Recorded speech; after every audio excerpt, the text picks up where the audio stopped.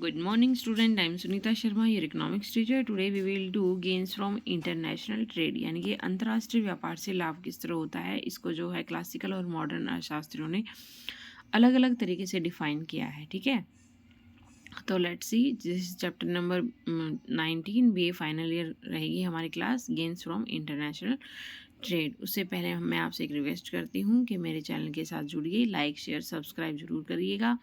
जो डिस्टेंस के बच्चे हैं, BA के हैं, MA के हैं, वो मेरे चैनल के साथ जुड़ सकते हैं। और जो भी उनको चैप्टर करना है, व्हाट्सएप पे लिंक व्हाट्सएप पे आप भेज सकते हैं मैसेज। तो 956004599600, ये देखो, ये मेरा व्हाट्सअप नंबर है 9560045954। ठीक है, तो वही आप मेरे चैनल के साथ जुड़ सकते हैं। जो डिस्टेंस के बच्चे हैं वो पूरी तरीके से जो अपने इकोनॉमिक्स की प्रिपरेशन कर सकते हैं, चाहे वो MA के हैं, 11th-12th के हैं या फिर BA लेवल के हैं, तो आप मेरे चैनल के साथ जुड़िए। Let's see, gains from international trade class in BA final year रहेगी।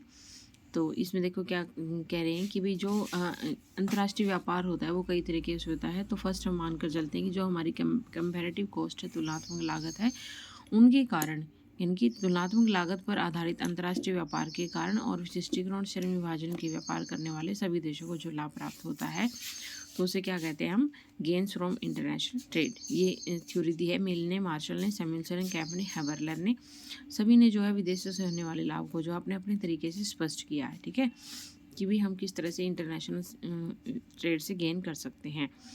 तो let's see definitions according to Sudarshan. अंतर्राष्ट्रीय व्यापार में सम्मिलित होने के कारण समुची विश्व व्यवस्था या किसी एक देश के कल्याण में होने वाली वृद्धि को व्यापार से लाभ कहा जाता है। तो यह लाभ दो स्रोतों से प्राप्त होता है, एक तो विनिमय की संभावना, दूसरे विशिष्टीकरण की संभावना से।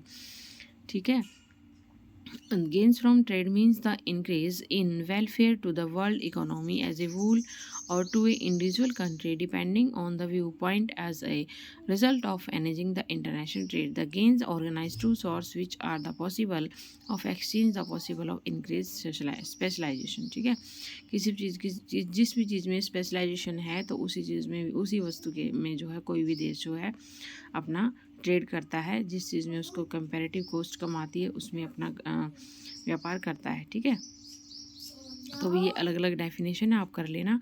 ठीक है, सेकंड हमारी है ये अंतर्राष्ट्रीय आधुनिक अर्थशास्त्र के अनुसार जो है surplus production arising out of international division और labour represented gain from international trade and it distribution among trading partner according to rate of exchange for goods.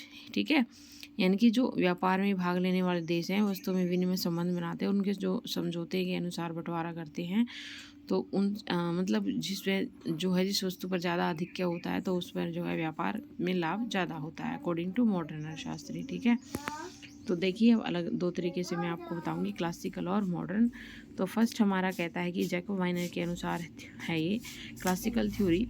Jacob वाइनर के अनुसार एंड रिकार्डो के अनुसार जो है कंपैरेटिव कॉस्ट, जिसमें तुलनात्मक लाभ हो ज़्यादा होगा, और तो उसमें जो है किसी भी कंट्री को प्रॉफिट ज़्यादा होगा। तो उसको हम देखिए एक डायग्राम के थ्रू करते हैं। ठीक है, तो देखो इसमें ये एक्स कमोडिटी और वाई कमोडिटी है। ठीक है, ये कंपैरेटिव कॉस्ट की बात कर रहा है रिकार्डो कि भाई जिस वस्तु में जो है कंपैरेटिव कॉस्ट कम आती है उसमें ज़्यादा लाभ होता है। ठीक है, तो इसमें देखो, इसमें कौन सी वस्तु का जो है एक्स कमोडिटी, और हम लेते हैं वाई कमोडिटी। ठीक है, वाई कमोडिटी, एक्स कमोडिटी। ठीक है, ये हमारी PM रेखा है, पहले इतना प्रोडक्शन होता है, फिर हमारा जो है इसमें स्पेशलाइजेशन है इसके पास वाई कमोडिटी में। तो इसकी रेखा जो है एक एक्स एक्सिस पर तो वही रहती है, लेकिन वाई एक्सिस में जो है ये अपना प्रोडक्शन बढ़ा देता है, P से क्या हो जाता है। और जो हमारी प्रोडक्शन की लाइन थी, जो देखो ये A से यहाँ पर देखो ये पैरेलल में है, जो L और N लाइन खींची गई, तो प्रोडक्शन की रेखा है, तो इसका प्रोडक्शन में इंक्रीज हो जाता है। ये कहता है कि जो PM से सरक कर line,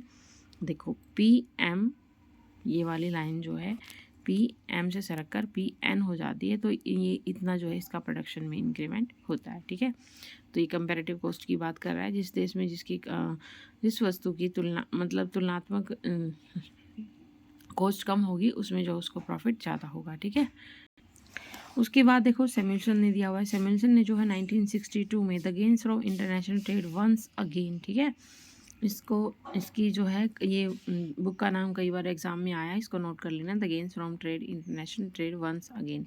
the gains from international trade once again 1962 में दिया था। ठीक है, तो अब देखो इसका जो हैबरलन ने सैमुअल्सन के प्रमाण का प्रयोग करते हुए निम्नलिखित जो डायग्राम की सहायता से दिखाया हुआ है कि भाई पहले जो उसका प्रोडक्शन कर्व है हमारा ए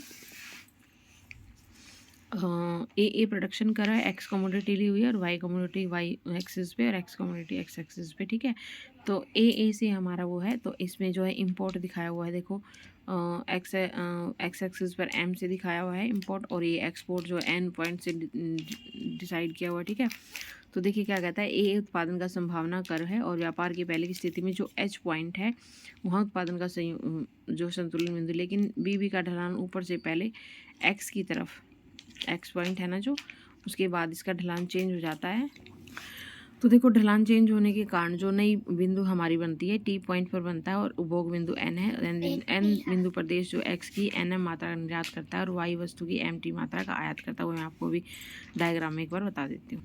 देखो देखो पहले तो हमारा एच पॉइंट पर प्राइस डिसाइड था, उसके बाद नई प्राइस लाइन, नया पॉइंट आता है टी के बाद टी पॉइंट डिसाइड हुआ जब, उसके बाद जो हमारा देखो ये टी एम जो पॉइंट है इंपोर्ट का है और जो एन एम है जो हमारी इतना वो एक्सपोर्ट करता है। ठीक है, तो ये हमारा है वही उत्पादन संभावना कर्व।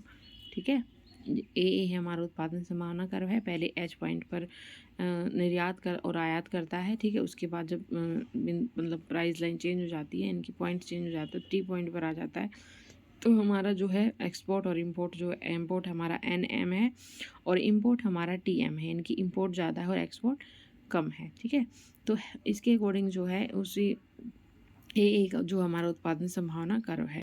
सैमुअल्सन के अकॉर्डिंग वही कहता है कि जो देश जिस वस्तु बनाने में आत्मनिर्भर है वो उसी वस्तु का जो है ज़्यादा प्रोडक्शन करता है। ठीक है, ये इसकी बुक का पॉइंट नोट कर लेना भाई, the gains from international trade once again. ठीक है, उसके बाद एक छोटा सा पॉइंट करते हैं, the gains from trade in the case of large and small country.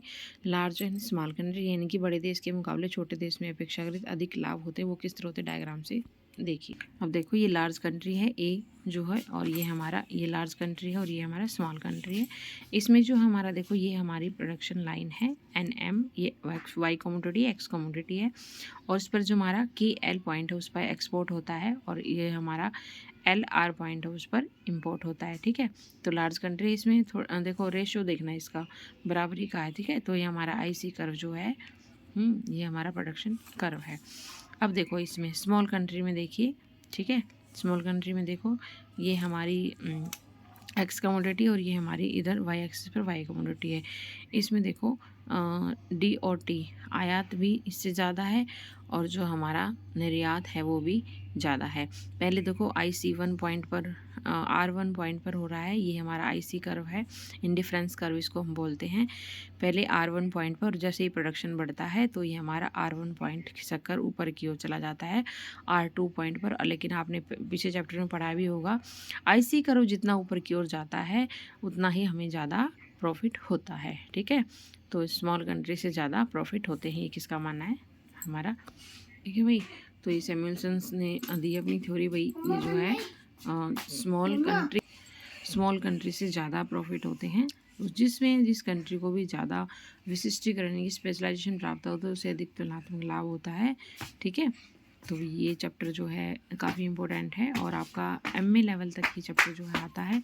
उसके बाद कुछ पॉइंट दिए हुए हैं, factor affecting gains from trade, इनकी लाभ की मात्रा को कौन कौन से तत्व निर्धारित करते हैं। फर्स्ट पॉइंट हम लेकर चले थे कंपैरेटिव कॉस्ट, जो देखो लागत अनुपात में अंतर। सेकंड पॉइंट है देश की उत्पादन क्षमता, जिसमें क्षमता ज़्यादा हुई उसमें व्यापार ज़्यादा करेगा। उसके बाद है term of trade. Term of trade क्या है कि एक देश जो है दूसरे देश से विनिमय करता है, यानी कि वो एक वस्तु देता है और दूसरी लेता है, इसको हम बोलते हैं term of trade. Next point हमारा reciprocal demand. Reciprocal demand Mills ने थ्योरी दी है रेसिप्रोकल डिमांड की, कई बार एग्जाम में नाम भी पूछ लिया जाता है। कंपैरेटिव किसने दी है, रिकार्डो ने, और रेसिप्रोकल किसने दी है, मिल्स ने दी है। ठीक है, तो व्यापार से उस देश को सबसे अधिक लाभ होता है जिसमें वस्तुओं की मांग विदेशों में अधिक होती है और स्वयं उसकी विदेशी वस्तुओं की मांग कम होती है, ठीक है। उसके बाद है कि साइज़ ऑफ कंट्री भी इसमें मैटर रखती है, व्यापार की सुविधाएं भी मैटर रखती हैं, और विदेशी व्यापार की मात्रा भी। हम अगर इंटरनेशनल ट्रेड तक ज़्यादा पहुंच पाते तो हमें ज़्यादा प्रॉफिट होता है। उसके बाद नेक्स्ट पॉइंट इसमें आता है ट्रांसपोर्ट कोड। ट्रांसपोर्ट कोड अगर कम होगी तो हमारा जो है जो हमें इंटरनेशनल ट्रेड से ज़्यादा प्रॉफिट होगा, ठीक है। Today complete this chapter, okay. तो this is very important chapter, this is very important chapter for exam of you and for B final year student and till MA level तक। जो आप ये MA लेवल में भी आता है, जो हमारी इंटरनेशनल ट्रेड की बुक है, BA फर्स्ट ईयर में आप पढ़ोगे, MA में पढ़ोगे कंपैरेटिव कॉस्ट। ये सब जो है थ्योरी अलग अलग तरीके से, उसमें थोड़ा और एक दो तरीके से और डिफ़ाइन किया हुआ है, वो मैं आपको चैप्टर भी करवा दूँगी। तो भी जो डिस्टेंस के स्टूडेंट है मेरे चैनल के साथ जुड़ सकते हैं, ठीक है। स्टार्टिंग में मैंने अपना जो है नंबर इसमें वीडियो में बताया हुआ है, ओके। तो चैनल को लाइक शेयर सब्सक्राइब ज़रूर कीजिएगा ताकि सब बच्चे जो है अब चैनल से बेनिफिट ले सकें। Thank you dear student.